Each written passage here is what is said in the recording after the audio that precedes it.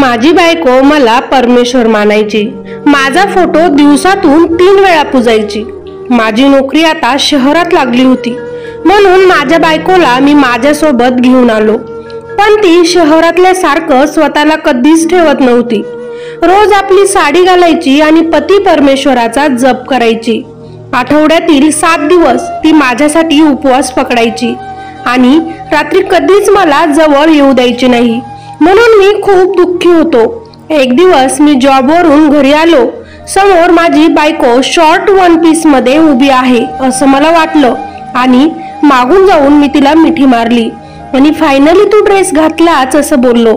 पण ती excuse me असं बोलली, म्हणून मी पटकन बाजूला झालो आणि तिचा चेहरा बघितला। ती तर मी एका खेडेगावातील मुलगा आहे, पण शिक्षण घेऊन एका चांगल्या जॉबवर मी आता आहे। मी घरच्यांच्या पसंतीनं लग्न केलं।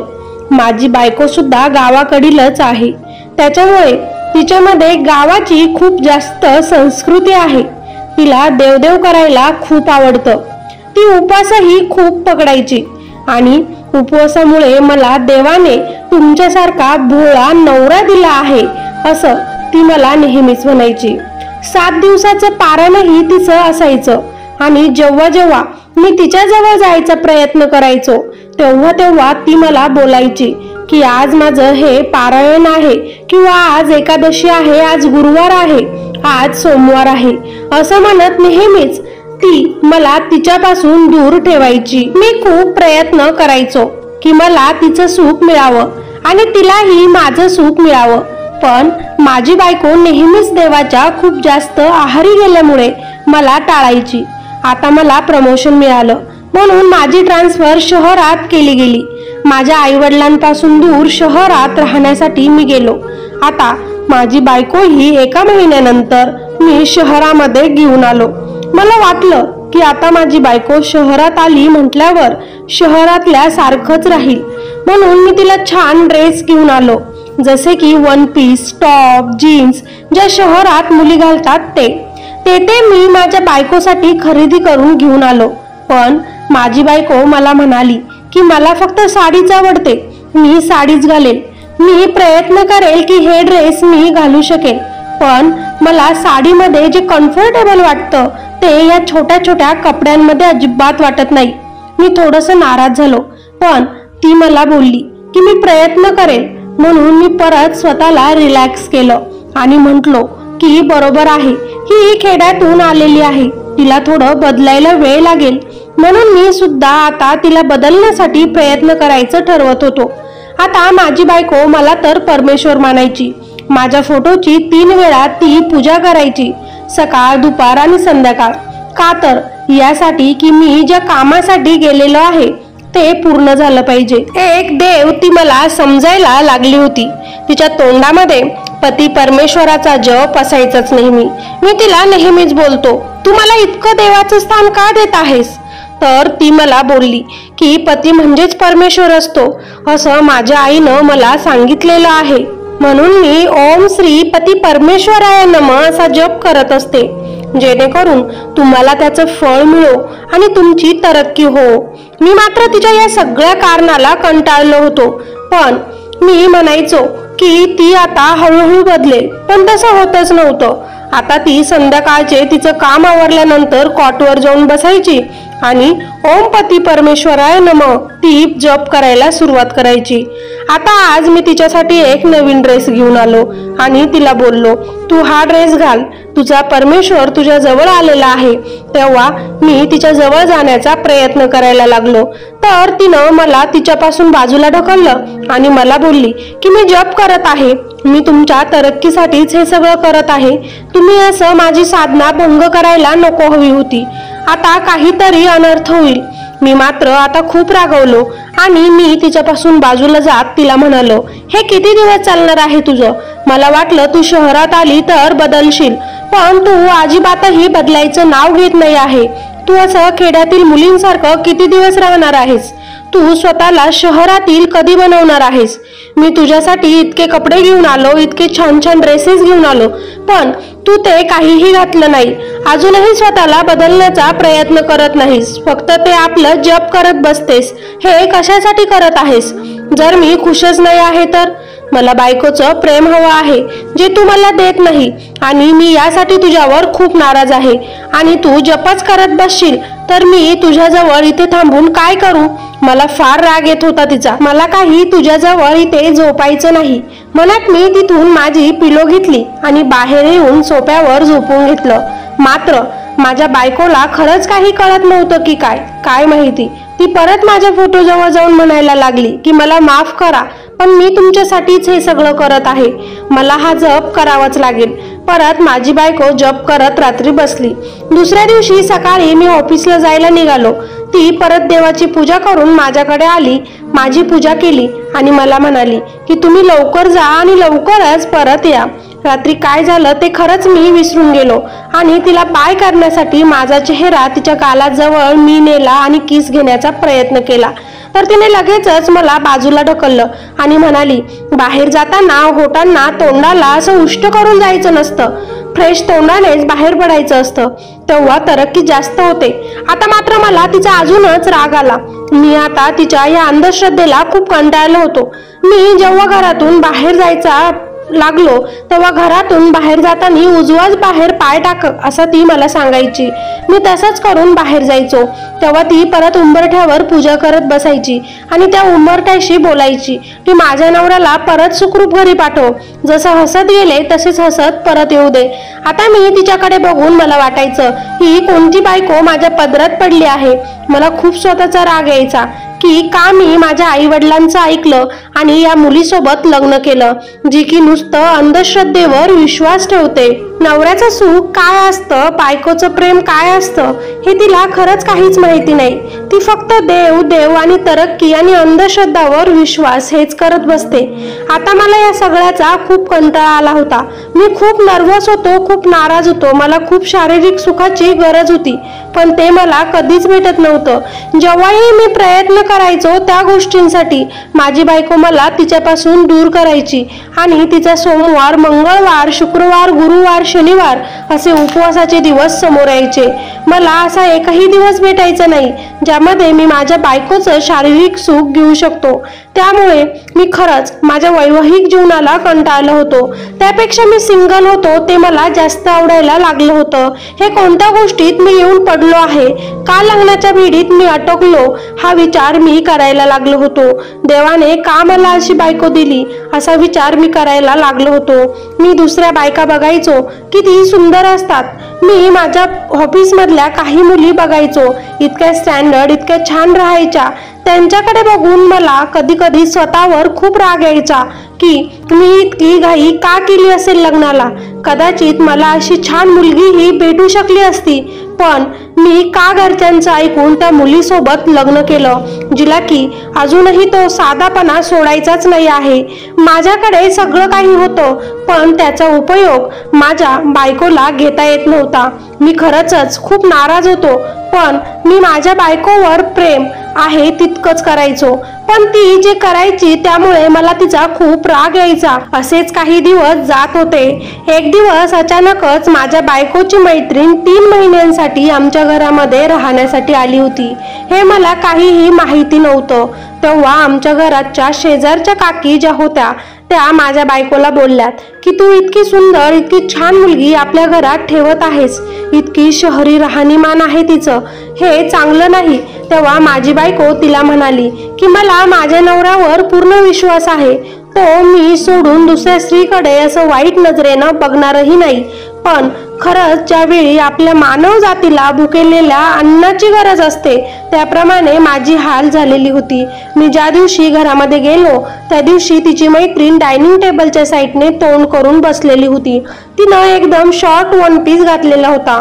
मला वाटलं माझी बायको माझ्यासाठी बदलत आहे आणि मी आणलेला ड्रेस तिनं घातला, म्हणून मी मागूनच जाऊन तिला मिठी मारली आणि तिला बोललो, शेवटी मी आणलेला ड्रेस तू घातलाच, खूप छान वाटतं की सुधारत आहेस तू स्वतःला. ती लगेचच म्हणाली, एक्सक्यूज मी. मी तिच्याकडे बघितलं तर ती दुसरीच कोणीतरी असल्यानं मी पटकन तिच्यापासून बाजूला झालो. तेव्हा माझ्या बायकोने तिची आणि माझी ओळख करून दिली. माझी बायको म्हणाली, ही राधा आहे, माझी बालपणाची मैत्रीण. तिला या शहरात 3 महिन्यांसाठी ट्रेनिंग घ्यायचं आहे. दुसरीकडे राहण्यापेक्षा मी तिला आपल्याच घरामध्ये राहण्याची परमिशन दिली. तुम्ही कामात होते म्हणून मी तुम्हाला विचारलं नाही, ती माझ्याकडे बघत बोलली. तिची मैत्रीण तितकी सुंदर आणि छान होती. ते बघून नकळत माझ्या तोंडातून होकारच बाहेर पडला. तिची मैत्रीण मला म्हणाली, मी तुमच्या फोटोशीच ओळख करून घेतली आहे, कारण तुमची जी बायको आहे ती खूपच तुमच्या फोटोला दिवसातून 3 वेळा पुजते, खूप तुमच्या पुढे पुढे करत असते.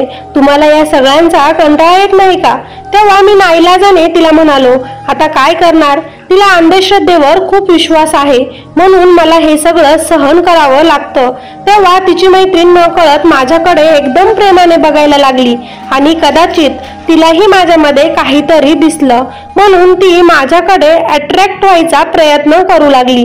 पण हे चुकीचं आहे म्हणून मी तिच्यापासून थोडंसं दूर राहण्याचा प्रयत्न करायचो.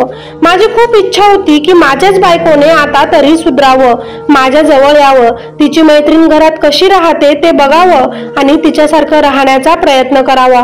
पण माझी बायको अजिबातही स्वतःमध्ये बदल करायला तयारच नव्हती. आता दुसऱ्याच रात्री मी परत एकदा माझ्या बायकोच्या जवळ जाण्याचा प्रयत्न केला. तेव्हा माझी बायको मला म्हणाली की उद्या एकादशीचा उपवास आहे, आपण जर आज जवळ आलो तर पाप लागेल म्हणून आपल्याला आज जवळ येता येणार नाही. आता मात्र मी तिच्यापासून रागानेच बाजूला झालो आणि म्हणालो की तू उपवासच करत बस, आठवड्यातील 7ही दिवस तुझं हेच चालतं आणि हे असंच नेहमी नवऱ्यापासून बाजूला राहत जा, ज्यामुळे नवरा तुझ्या जवळ नाही तर नेहमीच दूरच राहील आणि तरक्की तर सोडच, पण कदाचित आपल्या दोघांचं नातंही तुटून जाईल. म्हणतच मी रागाने तिच्यापासून बाजूला हॉलमध्ये येऊन झोपून घेण्याचा प्रयत्न करत होतो. पण तितक्यातच तिची मैत्रीण राधा ही बाहेर आली पाणी घेण्यासाठी. तिनं माझ्याकडे बघितलं आणि माझ्याकडे येत मला म्हणाली की जिजाजी, तुम्ही बाहेर काय करत आहात, झोप येत नाही आहे का? तेव्हा मी तिला बोललो की नाही, माझी बायको झोपलेली आहे म्हणून आता तिला त्रास नको व्हायला म्हणून मी बाहेर येऊन झोपलो. तेव्हा तिची मैत्रीण मला म्हणाली, मला तुमचं सगळं दुःख कळत आहे, मनामध्ये काय चालू आहे तुमच्या ते मला समजतंय. तुम्ही खूप एकटे स्वतःला समजत आहात ना. मला माहिती आहे की तुम्हाला कसली गरज आहे. मी तुम्हाला खूप लाईक करते. आपल्या दोघांमधील बाहेर कुणालाही काही माहिती होणार नाही. तर काय तुम्ही माझ्यासोबत रिलेशन मध्ये याल का?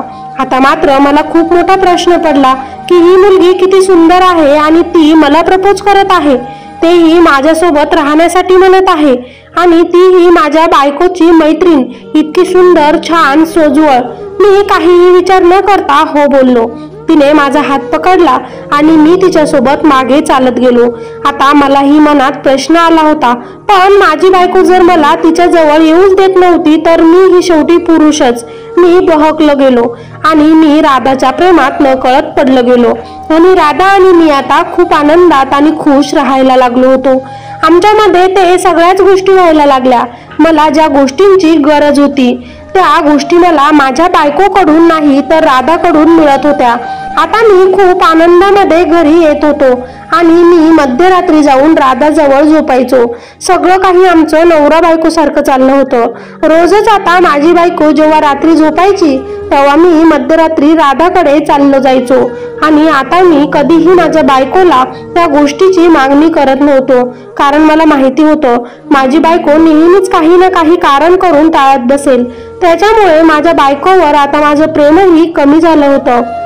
मला राधामध्येच खूप काही दिसायला लागलं. तीच माझी सगळं काही आहे असं मला वाटायला लागलं. म्हणून आता आम्ही सकाळी दोघंही बाहेरही जायला लागलो सोबतच आणि घरी येतानाही परत सोबतच यायला लागलो. आमच्या शेजारील जी लेडीज होती ती काकी माझ्या बायकोला परत म्हणाली, मला काही खरं वाटत नाही आहे, तू तुझ्या नवऱ्याकडे नीट लक्ष दे. तुझ्या मैत्रिणीला आता घरातून बाहेर काढून दे, कारण तुझं घर उद्ध्वस्त होईल या मुलीमुळे. एक तरुण मुलीला तू आपल्या घरामध्ये असं ठेवू शकत नाही. तरीही माझी बायको त्या लेडीजला बोलली, की खरं तर ताई, माझ्या नवऱ्यावर पूर्ण विश्वास आहे, माझ्या मैत्रिणीवरही माझा विश्वास आहे, ते दोघंही असं वाईट काहीच करणार नाही. तेव्हा ती लेडीज म्हणाली की नंतर खूप पस्तावा येईल तुला, तू हे खूप चुकीचं करत आहे, एका तरुण मुलीला आपल्या घरात ठेवत आहेस. मी आता राधावर खूपच प्रेम करायला लागलो होतो, त्याच्यामुळे माझ्या बायकोकडे दुर्लक्ष व्हायला लागलं. माझी बायको जेव्हा आता कधी सकाळी जाताना माझी पूजा करायची, तेव्हा मी तिला बोलायचो की याची काहीही गरज नाही, मला सगळं काही मिळत आहे. ती जेव्हा मी घरी परत रिटर्न यायचो तेव्हा पाय धुवायला पाणी घेऊन यायची, तेव्हाही मी तिला आता पाय धुवून देत नसे. मी तिला बोलायचो की मी काही तुझा परमेश्वर नाही आणि मला परमेश्वराची पदवीही तू देऊ नकोस, तू माझ्यापासून बाजूला हो म्हणत मी तिला माझ्यापासून बाजूला करायचो.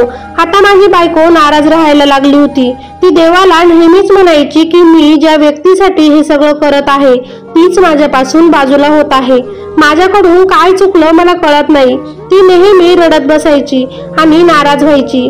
पण ओम श्री पती परमेश्वराय नमः हा जप म्हणायचं काही सोडत नव्हती. म्हणूनच मला तिचा खूप राग यायचा, कारण आज जग कुठे गेला आहे आणि माझी बायको अजूनही त्याच ठिकाणी आहे, म्हणून मला तिचा राग यायचा. पण आता मला राधामध्येच माझी बायको दिसायला लागली होती. मी राधावर मनसोक्त प्रेम करायचो आणि तीही मला खूप सगळं शरीर सुख द्यायची. आता मात्र मी माझ्या बायकोकडे दुर्लक्ष केलं. पण काही दिवस असेच गेले. दुसरा महिना उगवला तेव्हा राधा माझ्याकडे मागणी करू लागली की तुझी बायको आपल्यामध्ये यायला लागली, आता काहीही करून आपल्यालाच लग्न करायचं आहे. मी असं चोरून तुला भेटू शकत नाही, मी तुझ्यावर खूप प्रेम करते आणि जर तुझी बायको हिला सगळं जर समजलं तर ती आपलं नातं कधीच ऍक्सेप्ट करणार नाही. म्हणून आता तुला आणि मला काहीतरी करावं लागेल. तेव्हा मी परतच असं तिला म्हणालो, ती माझी बायको आहे, मी असं काही वाईट तिच्यासोबत करू शकत नाही. तेव्हा मात्र राधा रागवली आणि मला म्हणाली, मग मी कोण आहे? तू जर माझ्यासोबत राहतो, आपण इतका आनंदात राहतो, तर मग तुला तुझ्या बायकोची काय गरज आहे? एकतर तिला तलाक देऊन टाक, नाहीतर दुसरं काही कर, पण आपण दोघे लग्न करू. आता माझ्या पुढे प्रश्न पडला की मी नेमकं काय करू, बायको सोबत राहू की राधा सोबत? आणि बायको तर कधी मला सुख देतच नव्हती. मला जे तिच्याकडून पाहिजे होतं ते मिळत नव्हतं आणि जे मला राधा देत होती ते माझ्यासाठी खूप काही होतं. राधाकडून मला प्रेम मिळत होतं, जे मला कधीच माझ्या बायकोकडून मिळालं नाही. म्हणून मी शेवटी राधालाच आपल्या आयुष्यात राहून द्यायचा हा विचार केला आणि माझ्या बायकोला मी सोडून देईल किंवा काहीही तिचं झालं तरी मला काहीच नाही असा विचार मी केला. एक दिवस सकाळी नाश्ता करण्यासाठी आम्ही बसलेलो असताना माझी बायको मला म्हणाली की आज घरी लवकर या, करवा चौथ तुमच्यासाठी पकडलेला आहे, त्याच्यामुळे उपवास तुमच्या हातानेच सोडावा लागेल. मी हो बोललो. पण जेव्हा मी बाहेर निघालो तेव्हा राधा मला बोलली, मीही तुझ्यासाठी हा उपवास पकडलेला आहे, त्याच्यामुळे तुला सुद्धा माझ्यासाठी लवकरच रूम मध्ये यावं लागेल आणि माझाही उपवास तुलाच सोडावा लागेल. लगेच मी तिला बोललो, ती माझी बायको आहे आणि तिच्या समोर मला तुझा उपवास सोडता येणार नाही, काहीतरी बघूया आणि करूया असं आम्ही ठरवलं. मी घरी आल्यानंतर माझी बायको माझी वाटच बघत होती. मी तिचा उपवास सोडला, पूजा झाली आणि मी तिला झोपवण्याचा प्रयत्न केला. माझी बायको लवकरच झोपून गेली. मी लगेचच उठलो आणि पटकन राधाकडे गेलो आणि तिचाही उपवास खोलला. आता ती मला बोलली, माझं गिफ्ट मला पाहिजे, तर मी तिला लगेच उचललं आणि आमच्या दोघांमध्ये परतच काही रोमॅन्टिक गोष्टी घडल्या. तेव्हा माझ्या बायकोला अचानक रात्री जाग आली आणि ती मला शोधायला लागली. तिने मला पूर्ण घरामध्ये शोधलं, तेव्हा मी तिला कुठेही भेटलो नाही. म्हणून ती लगेचच राधाच्या रूमकडे निघाली. आम्हाला भात झाला तिचा. तेव्हा राधा पटकन लॅपटॉप घेऊन बसली आणि मी पटकन दरवाजाच्या मागे जाऊन लपून बसलो. माझी बायको मला शोधत शोधत राधाच्या रूम मध्ये आली आणि म्हणाली, राधा तू अजून झोपली नाहीस का, कामच करत आहेस का? तेव्हा राधा बोलली, हो खूप महत्वाचं काम बाकी आहे माझं. आणि तू इथे काय करत आहेस? अगं काही नाही, तुझे जिजाजी कुठे गेले ते बघत आहे. पूर्ण घरात शोधलं पण कुठेच मिळाले नाही. तेव्हा राधा तिला म्हणाली, टेरेसवर बघितलं का? तर ती बोलली, नाही तेवढं राहिलं बघायचं. राधा म्हणते की जा मग. तेव्हा माझी बायको रूम मधून बाहेर निघते आणि टेरेसच्या दिशेने वरती जाते. मी पटकनच राधाच्या रूमच्या बाहेर निघतो आणि किचन मधून पाण्याचा ग्लास घेऊन बाहेर येत असतो. आता माझी बायको मला म्हणते, अहो तुम्ही इथे काय करत आहात? मी तुम्हाला पूर्ण घरात शोधलं. तेव्हा मी तिला बोलतो, आता पाणीही तुला विचारून प्यायचं का? लगेच ती म्हणते, चिडायला काय झालं? मी चांगलं विचारत होते ना. आमच्यामध्ये आता मतभेद खूप व्हायला लागले होते, भांडणही खूप व्हायचं. मला मात्र राधाच खूप आवडायला लागली होती आणि राधामध्ये आणि माझ्यामध्ये आता माझी बायको सारखी वारंवार यायला लागली होती. आम्ही जेव्हाही सोबत असायचो, प्रेम करायचो, तेव्हा काही ना काही कारणाने माझी बायको आम्हाला डिस्टर्ब करत असे. म्हणून आता मीही राधाचं ऐकलं आणि माझ्या बायकोला आमच्या दोघांमधून बाजूला घालण्याचा निर्णय घेतला. आता मी खूप विचार करून बोललो की ही खूप अंधश्रद्धेवर विश्वास ठेवते, तर अंधश्रद्धामध्येच आता माझ्या बायकोला माझ्यापासून बाजूला करावं लागेल. म्हणून मी एक बाबांना फोन केला आणि बाबांना सांगितलं की तुम्ही काहीही करून माझ्या बायकोला माझ्यापासून बाजूला करा. तिला काहीही झालं तरी मला तिच्याशी आता काहीही करायचं नाही. तेव्हा बाबा त्याच दिवशी घरी आले. तेव्हा बाबा तिला म्हणाले की तू खूप चिंतित आहेस मुली, मला दिसत आहे. तुझ्या आणि तुझ्या नवऱ्याचा संसार सुखात चालू नाही. तेव्हा ती म्हणाली, हो बाबा, मी माझ्या नवऱ्याला खूप सुखी ठेवण्याचा प्रयत्न करत आहे. त्याच्यासाठी खूप साधना करते, उपवास पकडते, पण सगळं उलटच पडत आहे. माझा नवरा खुश राहण्याऐवजी नेहमीच चिडचिड करत असतो.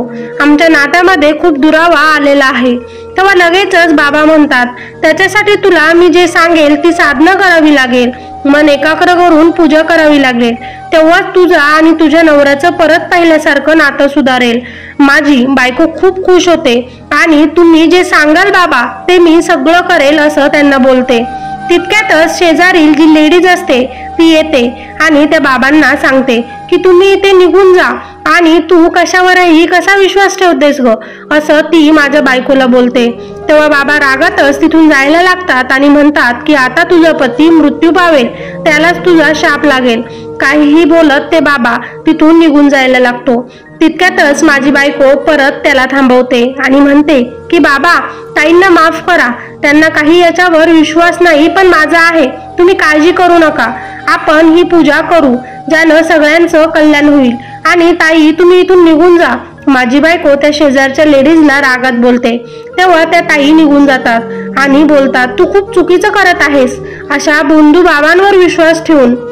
तेव्हा माझी बायको म्हणते, या सगळ्यांना ही अंधश्रद्धाच वाटत असते, पण माझं मात्र या सगळ्या गोष्टींवर खूप विश्वास आहे, पूजा पाठावर विश्वास आहे. आता ते बाबा माझ्या बायकोसाठी पूजा करायला सुरुवात करतात आणि झोपेचं औषध देऊन तिला पूजेमध्ये एकाग्र करण्याचा प्रयत्न करतात. तेव्हा माझी बायको गुंगी येऊन तिथेच पडते आणि ते बाबा माझ्या बायकोसोबत शारीरिक संबंध बनवतात. मला मात्र या गोष्टींसोबत आता काहीही घेणं देणं नव्हतं, कारण ती मला कधी नवऱ्याचं सुख देतच नव्हती. म्हणून आता मला तिच्यासोबत काय घडतं आहे आणि काय घडत नाही याचा काहीही फरक पडत नव्हता. मी आणि राधा त्याच दिवशी बाहेरून येत होतो घरात. तेव्हा बोलत होतो की आता मात्र माझी बायको आपल्या दोघांनाही सोडून इथून निघून गेलेली असेल आणि आता इथून पुढे आपल्या दोघांचा संसार आपण सुखात करू, लग्न करू. पण आम्ही जेव्हा घरात प्रवेश करतो तेव्हा मात्र सोफ्यावर माझी बायको असते आणि ती म्हणत असते की माझं खूप डोकं दुखत आहे. आज घरामध्ये एक बाबा आलेले होते, त्यांनी खूप छान पूजा केली. मला मात्र खूप राग आला त्या बाबांचा की त्यानं माझ्या बायकोला जिवंत कसं काय सोडलं होतं. मी लगेचच त्या बाबांना फोन केला आणि त्यांना म्हणालो, मी तुम्हाला कसले पैसे दिले होते आणि तुम्ही तर माझ्या बायकोला इथेच ठेवलं. तेव्हा ते बाबा बोलले की आज तर फक्त ट्रायल घेतला, उद्या मी सगळं तुमचं काम पूर्ण करेल. आज तुम्ही तिच्यासोबत फक्त गोड बोला, म्हणजे तिला विश्वास पटेल की मी जे ही पूजा केली आहे ती सत्य आहे. तेव्हा मी माझ्या बायकोसोबत खूप प्रेमाने वागायला लागलो आणि बोललो आणि लगेचच माझी बायको म्हणाली की खरंच बाबा आले होते, ते खरंच बोलत होते. माझ्या नवऱ्याचं माझ्याबद्दलचं प्रेम खूप वाढलं, तो खूप छान माझ्यासोबत वागत आहे म्हणत दुसऱ्याच दिवशी तिनं अजून उत्साहाने त्या पूजाला सुरुवात केली. बाबाने आज पूर्ण तिला मारण्याचा प्लॅन केलेला होता आणि तिला आजही त्यांनी हे एक औषध पिण्यासाठी दिलेलं होतं आणि पाणी म्हणून तिनंही ते पिलं. तिला आता गुंगी यायला लागली होती. आजही बाबांची पूजा पूर्ण लांबपर्यंत चालूच होती. तेव्हा परतच शेजारी लेडीजने हे सगळं बघितलं आणि तिला काहीतरी चुकीचं वाटायला लागलं. तेव्हा तिने लगेचच पोलिसांना फोन केला आणि पोलिसांना तिथे बोलवलं. तेव्हा ते बाबा माझ्या बायकोला ते औषध देऊन गुंगी आणतात आणि मारण्याचा प्रयत्न करायला लागले. तोच पोलीस तिथे आले आणि त्या बाबांना पकडलं आणि म्हणाले, तुम्ही हे काम करतात का आणि हे काय करत आहात? घरात पूर्ण आग लावलेली आहे आणि हे तुमचं पूजापाठ चालू आहे का? तेव्हा लगेचच ते बाबा म्हणतात की मी तर इथेच होतो आणि माझी तर पूजाच चालू होती. घरात अचानक आग लागली होती म्हणून मी इथून पळण्याचा प्रयत्न करत होतो. तेव्हा लगेचच माझी बायको त्यांना बोलते की नाही साहेब, हा माणूस मला इथे अग्नीमध्ये सोडून बाहेर पळून चालला होता. मला इथे मरताना एकटाच टाकून तो इथून पळून चाललेला होता आणि खास करून त्याच व्यक्तीनं इथे आगही लावलेली आहे. मी बघितलं, पाण्यात मला त्यानं काहीतरी दिलं असं म्हणूनच ती रडायला लागली होती. तेव्हा पोलीस त्याला बोलतात की काय करत होतास तू आणि हे काय चाललं आहे, काय बोलत आहे त्या बाई? तेव्हा तितक्यातच मी आणि राधा घरामध्ये येतो आणि ते बाबा माझ्याकडे बोट दाखवून म्हणतात की मी हे जे सगळं केलं ते या व्यक्तीच्या सांगण्यावरून केलं. आता आम्हीही घाबरलो होतो कारण बाबाने पूर्ण आरोप माझ्यावर लावून दिलेला होता. आणि पोलीस लगेचच विचारतात म्हणजे?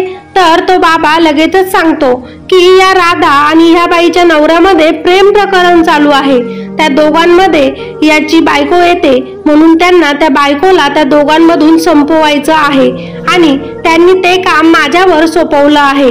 आता मात्र मी खूप घाबरलो आणि म्हटलं माझी सच्चाई पूर्ण बाहेर पडली. त्यामुळे मी ते बाबांवरच आरोप लावला की मी तुम्हाला ओळखत नाही, तुम्ही हे असं. तेव्हा ते बाबा लगेचच पोलिसांना म्हणतात की माझ्याकडे याचा सगळाच प्रूफ आहे आणि ते कॉल रेकॉर्डिंग तेथे ऐकवतात. आता माझी ही बायको खूप चिडली होती आणि रागातच माझ्या पुढे येऊन तिनं गालात दिली आणि म्हणाली, मी सगळ्यात पूजा पाठ फक्त तुझ्यासाठी करत होते. तुम्ही माझे नवरा होतात म्हणून करत होते. देवाचं स्थान मी तुम्हाला दिलं होतं आणि तुम्ही मात्र माझ्यासोबत असं केलं. माझ्याच मैत्रिणीसोबत संबंध ठेवलेत, मला धोका दिला. ती रडत होती. मी तिच्या समोर पुढे गेलो आणि तिला बोललो की तू कोणतं बायकोचं कर्तव्य पूर्ण केलंस? तू कधी मला बायकोचं सुख दिलंस? मी प्रत्येक वेळा तुझ्यासाठी, तुझ्या शरीर सुखासाठी तडपलो आहे. मला किती त्रास होत होता तुला काय माहिती. तेव्हा कधी राधा आली आणि माझं आयुष्य तिनं आनंदित केलं. मी राधावर कधी प्रेमात पडलो मलाही माहिती नाही, पण ती नक्कीच तुझ्यापेक्षा खूप चांगली आहे. तू मात्र अंधश्रद्धेच्या नादामध्ये इतकं बुडाली होती की तू नवऱ्याला काय हवं काय नको हे बघण्याचं विसरून गेली आणि म्हणूनच आता मी राधावर प्रेम करतो आणि मी तुला सोडण्याचा विचारही केला होता. म्हणून नकळत हे सगळं घडून गेलं. पण पोलीस लगेचच पुढे येतात आणि मला पकडत म्हणतात, पण आता तुम्ही तुमच्या बायकोला मारण्याचा जो प्रयत्न केला, जे प्लॅन रचलं, त्यामुळे आता तुम्हाला जेल होणार आणि तुम्ही दोघेही जेलमध्येच नवरा बायको होण्याचं स्वप्न बघत बसा म्हणत मला आणि राधाला जेलमध्ये घेऊन गेलेत. खरं तर राधाने माझ्यामध्ये सगळं काही बघितलं होतं. माझ्याकडे बँक बॅलन्स जास्त होता, माझं स्वतःचं घर होतं, गाडी होती. त्याच्याचमुळे कदाचित तिनंही मला निवडलं असावं. सगळं काही होतं आणि त्याचं सुख हे माझ्या बायकोला घेता येत नव्हतं. पण राधाने ते ओळखलं होतं की मी जर याची बायको झाले तर मला सगळं काही भेटेल आणि म्हणूनच ती माझ्यासोबत प्रेम करत होती. पण मला तिच्याकडून शारीरिक सुख मिळालं म्हणून मी तिच्या प्रेमात पडलो होतो. बस आता मात्र मी जेलमध्ये आहे कारण मी माझ्या बायकोला धोका दिला होता म्हणून आणि तिला मारण्याचा प्रयत्न केला होता म्हणून. मला माझी चूक कबूल आहे, पण माझी बायको माझ्यासोबत जे वागली ते योग्य होतं का? जर ती माझ्यासोबत चांगलं राहिली असती, मला जे हवं ते सुख मिळालं असतं तर काय मी असा मार्ग निवडला असता का? तुम्हाला काय वाटतं? खरंच चूक फक्त माझीच आहे का? मला नक्की कॉमेंट करून सांगा. या गोष्टीचं तात्पर्य फक्त एकच आहे, अंधश्रद्धेच्या इतक्याही आहारी जाऊ नका की पती पत्नीमध्ये दुरावा निर्माण होईल. नवरा बायको म्हणजे प्रत्येक सुखदुःखात एकत्र असायला हवेत. पूजा पाठ नक्कीच करा, पण त्या पूजाच्या इतक्याही आहारी जाऊ नका जेणेकरून आपलाच नवरा आपल्यापासून नाखुश राहील. नवरा बायकोच्या नात्यांमध्ये एकामेकांना खुश ठेवण्याचा नेहमीच प्रयत्न करा, जेणेकरून तुमच्या नात्यांमध्ये कुणी दुसरं एंट्री घेऊ शकणार नाही. ही स्टोरी नक्कीच तुम्हाला आवडली असेल आणि आवडली असेल तर लाईक करायला विसरू नका. कॉमेंट करून प्रतिक्रिया द्यायलाही विसरू नका आणि चॅनलवर आज नवीन असाल तर सबस्क्राईब नक्कीच करा. शेजारील बेल आयकॉन बटन दाबायलाही विसरू नका. धन्यवाद.